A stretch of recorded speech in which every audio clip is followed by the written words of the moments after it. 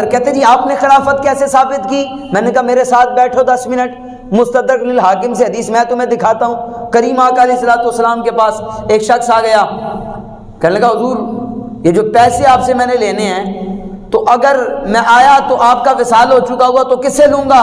فرمایا مروا الی ابی بکر، اور میں نہیں ہوں، ابو بکر تو ہوگا نا، میرے ابو بکر سے لے لینا۔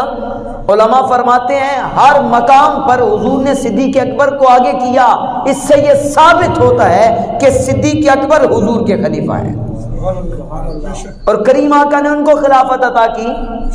مولا علی بھی خود کہتے ہیں، میں نے کہا علی علی کہنے والے علی والے نہیں، ہمیں یاد رکھنا بات، صرف علی علی کہنے سے بندہ علی والا تھوڑی ہو جاتا ہے۔ علی والا وہ ہے جو علی کی بات مانے، روایت میں دکھانے کا ذمہ دار، ماننے والے آپ بنے۔ مولا علی خود فرماتے ہیں، فرماتے یار جس وقت حضور علیہ الصلوۃ والسلام نے حضرت ابو بکر کو نماز کے لیے کھڑا کیا نا، حالانکہ میں بالکل ٹھیک تھا، مجھے کوئی بیماری بھی نہیں تھی، جب حضور کی بارگاہ کے اندر بلال جاتے ہیں، عرض کرتے ہیں حضور حول وقت الصلاۃ، نماز کا وقت ہو گیا، فرمایا مروا الی ابی بکر فلیصلی بالناس، اور جاؤ ابو بکر کو کہہ دو محمد عربی کا مصلی سنبھال لے۔ اللہ اکبر۔ حضرت علی کہتے ہیں جب حضور نے یہ بات کی تھی نا، اور میں بالکل ٹھیک تھا، مجھے کوئی مرض نہیں تھا، لیکن حضور نے ابو بکر کو آگے کیا تھا اور میرے سے آگے ابو بکر کو کھڑا کیا تھا، تو جس ابو بکر کو میرے نبی نے اپنا مصلی عطا کیا تھا، ہم سارے صحابہ نے دنیاوی معاملات میں بھی ابو بکر کو اپنے سے آگے کر دیا۔ یہ کون کہہ رہا ہے؟ مولا علی کہہ رہے ہیں، میں روایت دکھا سکتا ہوں، علی علی کہنے والا بندہ علی والا تھوڑی ہوتا ہے، علی علی کی بات کرو اور باقی کے خلاف بکواس کرو، یہ علی والا نہیں ہوتا۔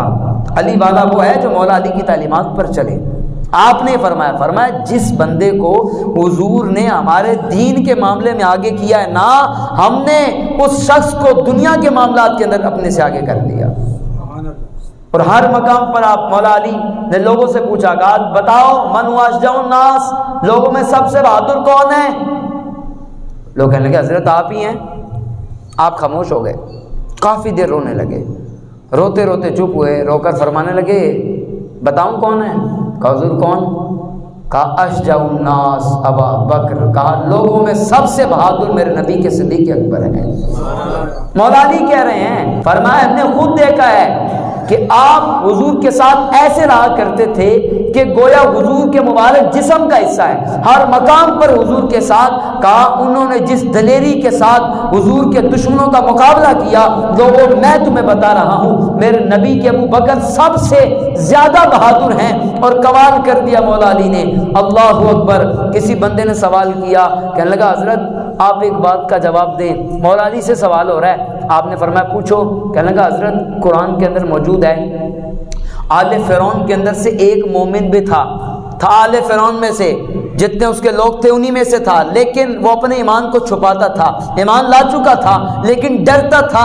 رب نے اس کے ایمان کا ذکر قرآن کے اندر کیا کہ حضرت ایک بات بتائیے، آل فرعون کا مومن افضل ہے یا ابو بکر صدیق افضل ہے؟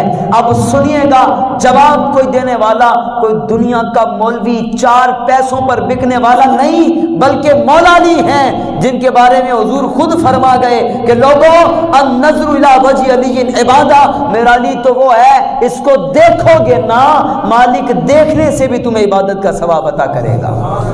یہی بات کر رہے ہیں کہ حضرت بتائیے آل فرعون کا مومن افضل ہے یا صدیق اکبر افضل ہے؟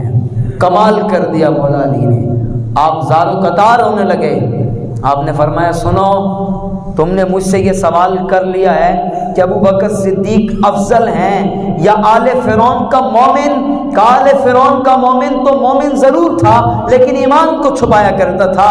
کہا سنو، ساعت ابی بکر خیر الف ساعت من آل فرعون۔ فرمایا تم یہ بات کر رہے ہو ابو بکر افضل ہیں یا آل فرعون کا مومن افضل ہے؟ علی کا عقیدہ یہ ہے کہ میرے نبی کے ابو بکر کی زندگی کی ایک گھڑی ایک طرف ہے، اس کی زندگی کی 1000 گھڑیاں ایک طرف ہے۔ فرمایا تم جانتے نہیں ابو بکر کا مقام کیا ہے؟ ساتھ ابی بکر، ابو بکر کی زندگی کا ایک لمحہ اس کی زندگی کے 1000 لمحات ایک طرف ہو، اس کی ساری زندگی ایک طرف ہو، فرمایا وہ اپنے ایمان کو چھپایا کرتا تھا، مومن ضرور تھا، کہا لیکن میرے نبی کے صدیقی ہیں جو کافروں کے سامنے سینہ تان کر بتاتے تھے کہ میں حضور کا غلام ہوں۔